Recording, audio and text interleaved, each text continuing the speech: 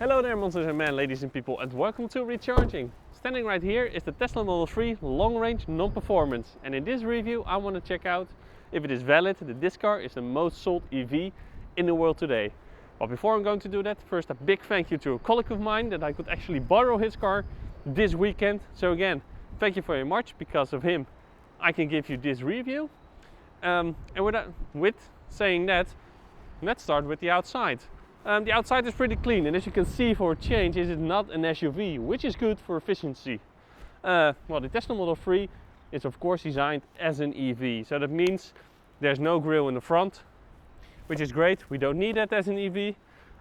There are not a lot of curves or anything, which I personally quite like, but I do know people who don't like it.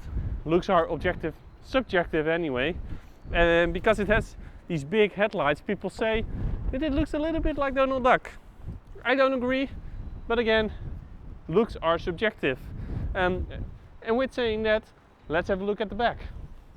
So the back of the Model 3 looks a lot like the Model S, being put into the washing machine, is then being shrunk, and this is the end result. So if you like the Model S, you probably also like the Model 3. If we're now at the back anyway, let's talk about practicality. So if we open the boot of this car, you will actually see a cargo space of 542 liters. The downside is though, because this is a sedan, the rear window comes all the way over here, so you end up with this quite small boot opening. The boot itself though, again 542 liters, so it is quite big. But the downside about this is also that if you put the rear seats down, which you can do, you still end up with this small opening, which is not ideal. And also, because of this small opening, I doubt, well, it probably can, but how handy is it to fit a human in here? Let's find out. Okay, this is not going to be easy. So you have to be acrobatic, but it does fit one, and it probably fits two, but again, it's not the most handy to get in. What is not big enough to fit a human though is the frunk, or fruit, however you call it. The cargo space is quite big in here. You can probably fit two large bags in here, but again, it's not big enough to fit a human. But before we get in the car, let's first talk about how Tesla likes to do things differently.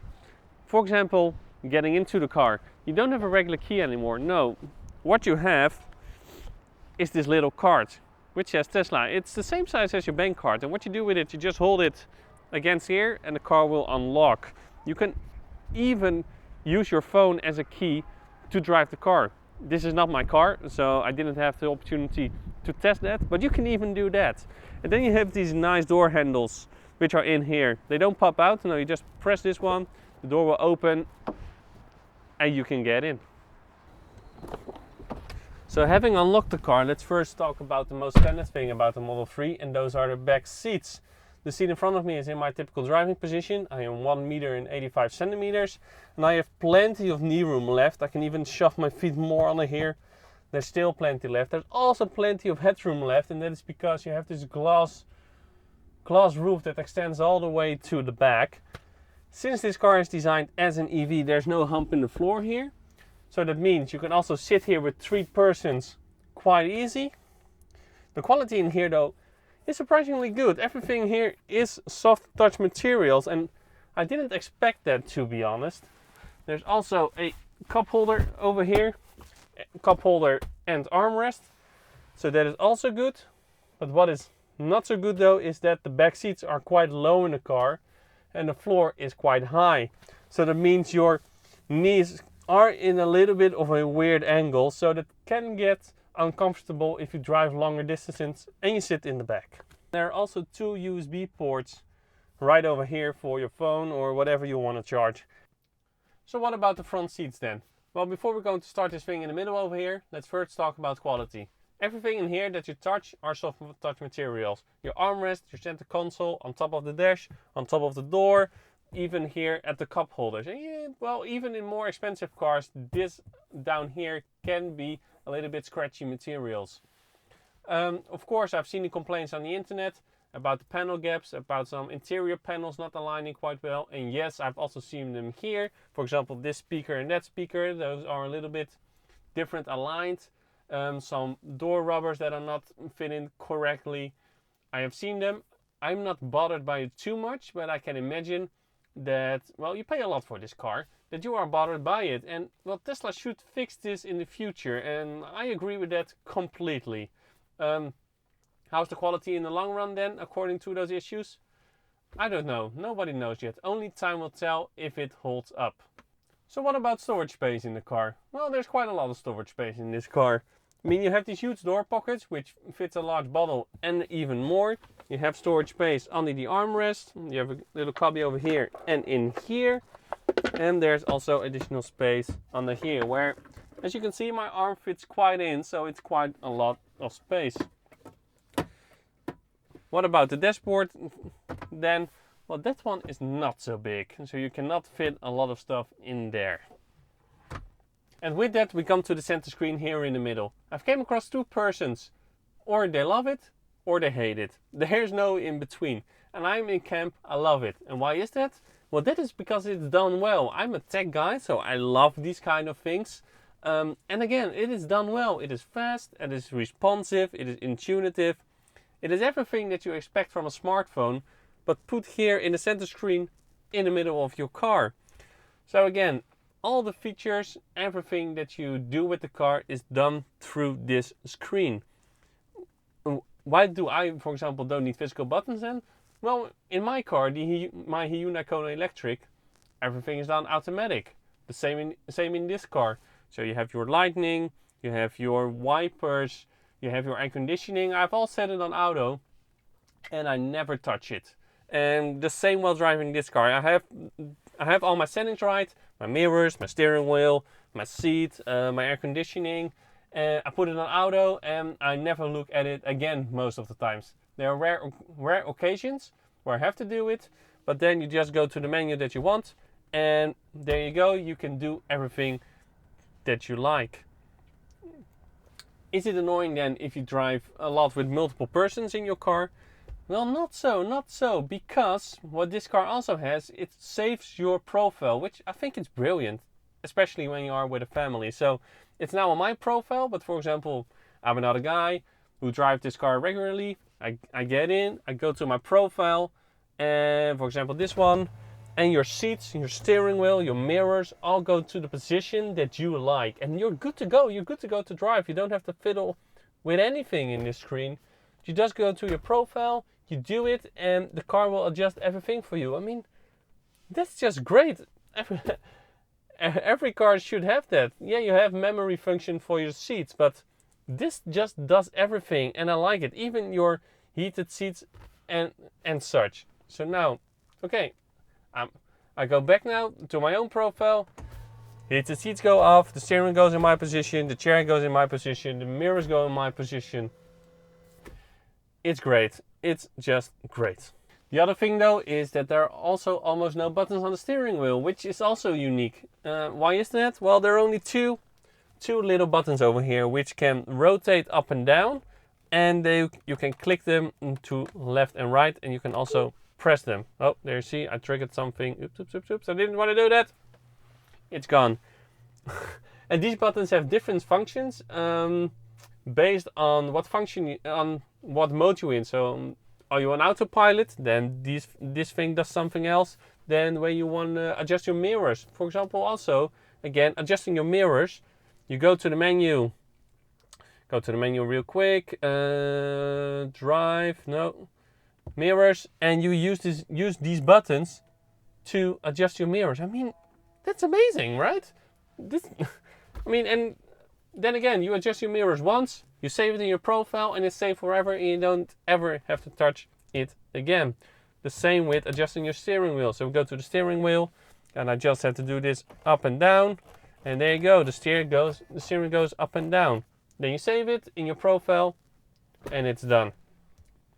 And in that way, I think Tesla have done a really good job in providing as minimal buttons as possible, but all the features that you want still work.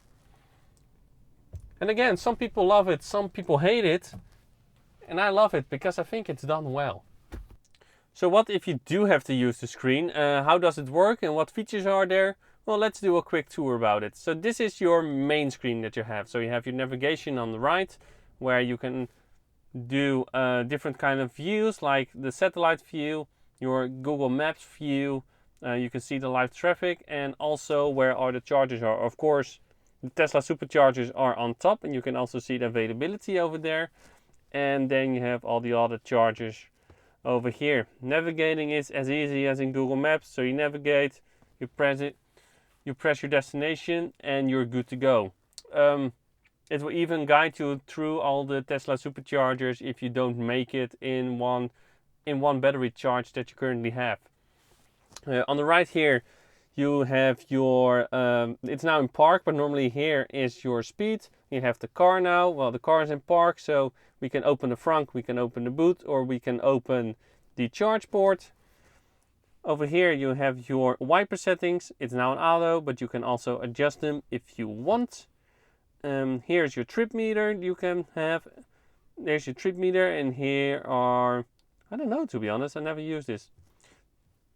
There are a lot of things in this car. And then you have some shortcuts, like to your charging screen, where you can set your charge limit, you can set your charge rate, you can do your planned, if you want to do a planned charge, like I'm leaving in 12 hours, make sure it's charged over then. It's charged then. You have a shortcut over here, which goes to your rear camera.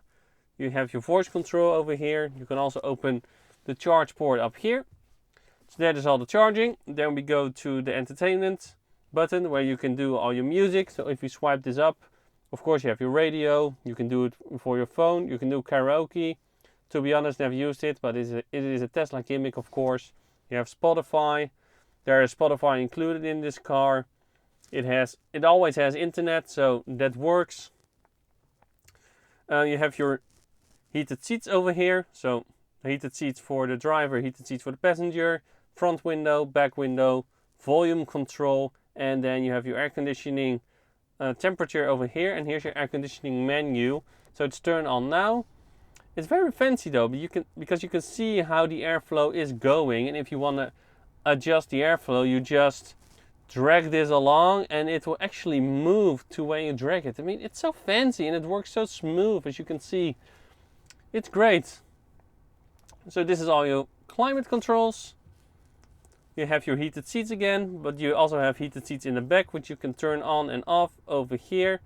Let's turn them all off, everything off. That's that. And then we have this button, which puts up even more. You have your phone calls, your agenda, again your backup camera, your energy consumption, how it is going.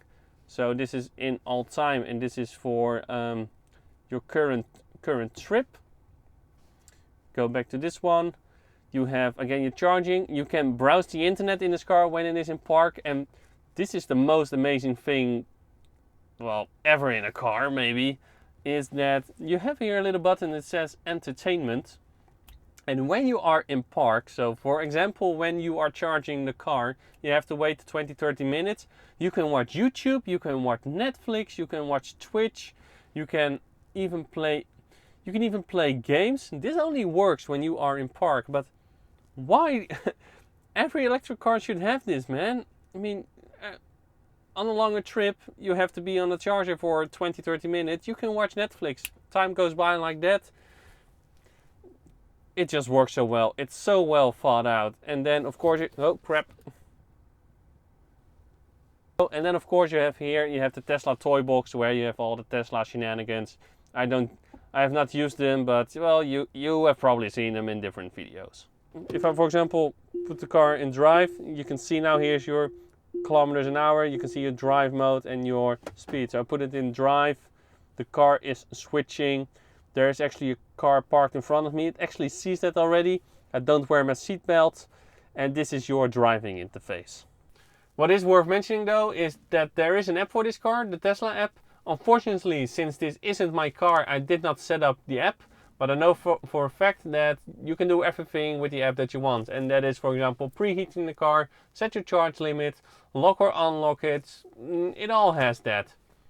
So what about driving with the Tesla Model 3? It's actually quite easy to find a good driving position in a Tesla Model 3, and that is because the steering wheel is adjustable horizontally but also vertically. Also, the seating is fully adjustable, so everyone can find a good driving position in this car. This specific car is the long range non-performance version, and that one has a 75 kilowatt hour batteries and with that it can drive around 500 kilometers, and that range is huge. It also has a 351 horsepower engine. Well, it actually has two engines, one in the front and one in the back, and with that it can do 0 to 100 in 4.6 seconds. I mean, the acceleration of this car is insane. I thought my Kona Electric was quick. That one can do 7.5 seconds, but compared to this car, it's nothing. It's so insane, and it goes so smooth, so quiet, but so quick. I mean, you do have the performance version, of course, which can do 0 to 100 in about 3 seconds, but I think this one is already so quick. It's when I first tried it, it baffled my mind, really. So the steering of this car is adjustable. I now have it in standard mode, and I think it's quite nice then. The colleague I borrowed this car from actually had it in sport mode, and I think it's just too heavy then for my liking, but again, it is adjustable, so everyone can put it in his of her liking. The same with the acceleration. It's now on standard mode. Of course, you have ludicrous mode. I haven't even tried that, but that's more quick anyway. But there's also chill mode, so the car is fully adjustable to your liking. The suspension though is quite stiff, but it's not annoyingly stiff, because I had a Mazda 3 before, and there the suspension was also quite stiff, but I feel it dribbled a lot over small bumps, and I didn't feel that with this car. Yeah, you feel a lot of bumps, but it is kind of refined. It is pretty refined in my opinion. So we accelerate now. Oh, it's insane. So we drive on the highway now, or we're going on the highway, and what I'm surprised with is that on lower speeds, yes, this car is quiet, but when you reach higher speeds, it's still a quiet car, but not as quiet as I think, for example, a BMW 3 Series would be, or a Mercedes C-Class, or you name them. I mean, it may not be the quietest car then, but the handling of this car is so good. I mean, the car sits solid at the road, it follows its course, it's not searching between the lines. I quite like the handling of this car. Even at higher speeds, it just feels solid. This particular car though does not have the autopilot function, which means I cannot give any review of that. I'm sorry. It does have the standard adaptive cruise control functionality, which works fine in general, but there are some things that annoy me, like sometimes it is braking when it doesn't need to. There's no apparent reason for it to brake, and it's still braking. I don't get that. And the second thing is, you can put on your lane assistant, so it keeps you in lane. You have to hold your hands on the steering wheel, which is safe. I understand everyone has to do that. But then, as soon as it detects that you are moving the steering wheel by yourself a little bit too harsh, the adaptive cruise control is still on, but it cancels the lane assistant. I don't know why. Why is that? Why would you do that? And also, when you have the cruise control on, you want to switch lanes, you put on your turn signal, and as soon as you do that, the lane assistant is turned off. And what I would expect, the lane assistant will be turned off, but then eventually when you switch your lane in 1 or 2 seconds, it will be turned on again. But no, it doesn't. As soon as it is turned off, you have to manually engage it again for your lane assist to be working. Why is that? Why is it not when I switch lanes that it is turned off for a few seconds until I'm in the lane, and then it keeps on going again? I don't understand those decisions. What is also not so good though are the blinding mirrors, because when I was driving with this car at night, I found the mirrors to be so blue. For some reason, they're blue. Is there some kind of sticker on it? Why is that? Because I got this car at night, in the evening, and I thought there were like stickers on the mirrors, but no, that is just how the blinding of these mirrors work. Your mirrors do get very blue, and you lose vision because of that, in my opinion. They're not optimal. So what about charging with the Tesla Model 3? Well, Tesla was smart to put a CCS plug on the Tesla Model 3 in Europe. So that means it can use the Tesla supercharging network, and it can use all the other networks like where I'm standing right now. So that means that the Tesla Model 3 has more than twice the charging infrastructure than a regular EV has. So what about charging speed then? Well, on AC charging, the Tesla Model 3 can take up to 11 kilowatts. So that means from 0 to 100% it only takes 7 hours to fill up this car, and that is really short. And what about DC then? Well, on DC it can charge with the Tesla Supercharger version 2, it can take up to 145 kilowatts, and it can also do that with the other 350 kilowatt chargers. That is already quite fast, but with the Tesla Supercharger version 3 it can actually take up to 250 kilowatts. I mean, those numbers are insane. That means that from 10 to 90% you do that in less than half an hour. And with those speeds, with these numbers, this EV is the best EV you can buy for the longer trips.